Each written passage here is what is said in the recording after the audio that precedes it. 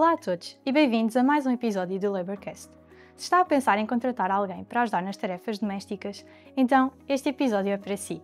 Hoje vamos falar um pouco sobre o contrato de serviço doméstico e as suas especificidades. Regra geral, o contrato de serviço doméstico não tem de ser celebrado por escrito, pelo que o simples acordo verbal pode traduzir a existência de um contrato de serviço doméstico. Mas atenção, se quiser celebrar o contrato apenas durante um determinado período, terá de o fazer por escrito. O contrato a termo no âmbito do serviço doméstico tem regras específicas e diferentes das regras gerais da contratação a termo previstas no Código do Trabalho. Vejamos, a lei prevê que pode ser aposto um termo certo ou incerto ao contrato de serviço doméstico quando esteja em causa a natureza transitória ou temporária do trabalho a prestar, sendo que a falta de estipulação por escrito do referido prazo implica que se considere que o contrato perdure enquanto persistir um motivo que determina o mesmo. Por exemplo, se pretende contratar um trabalhador doméstico apenas para o período em que se encontrar de baixa médica, terá de celebrar por escrito um contrato de serviço doméstico a termo, que poderá ser certo, caso saiba exatamente o período pelo qual será necessária a referida contratação, ou incerto, quando tal não seja previsível. Não tendo concretizado por escrito o período exato durante o qual vigorará o contrato, deverá considerar que o contrato irá perdurar até ao fim do motivo que determina a contratação a termo, ou seja, neste caso, até ao fim da baixa médica.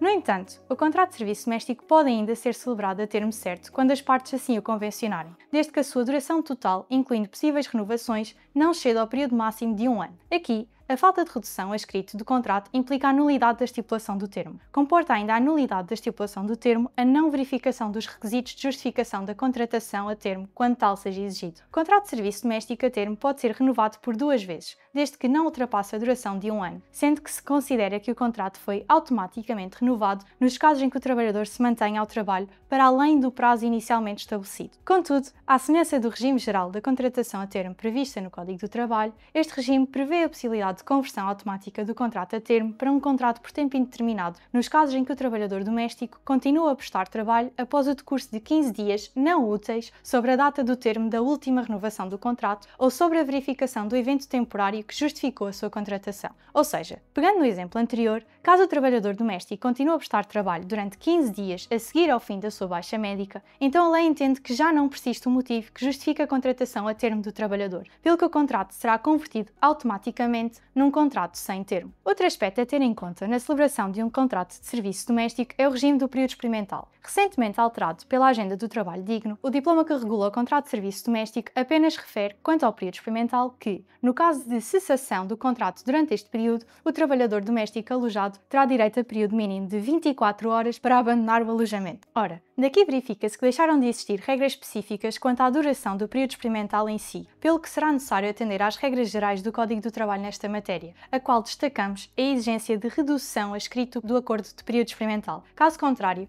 presumir-se-á que as partes acordaram na exclusão do mesmo. Desta forma, e embora não exista grande margem para dúvidas quanto à duração do período experimental nos casos dos contratos de serviço doméstico celebrados a termo, sendo claro disposto no artigo 112, número 2 do Código do Trabalho, o mesmo não se pode dizer quanto aos contratos celebrados sem termo. Assim, dentre as 3 opções consagradas no artigo 112, número 1 do Código do Trabalho, ou seja, 90, 180 ou 240 dias, podemos desde já excluir a última opção, uma vez que o trabalhador doméstico jamais estaria a exercer um cargo de direção ou de quadro superior. Resta então a dúvida sobre se a duração do período experimental no contrato de serviço doméstico sem termo se poderá cingir a 90 dias ou antes a 180, entendendo o serviço doméstico como o desempenho de funções de confiança. Aqui parece haver um espaço de análise e determinação caso a caso, na medida em que se terá sempre de ter em consideração o nível de confiança depositado nas funções exercidas pelo trabalhador doméstico. Por exemplo, um trabalhador doméstico poderá ficar a tempo inteiro e até mesmo alojado na casa do empregador, bem como ter a responsabilidade de cuidar dos próprios filhos deste último, como poderá ter um contrato onde apenas terá de se deslocar durante X horas à casa do empregador apenas para limpar o pó ou cozinhar. Cada uma destas situações está associada a graus diferentes de confiança atribuídas ao trabalhador doméstico, grau este que deverá ser devidamente ponderado na estipulação do período experimental.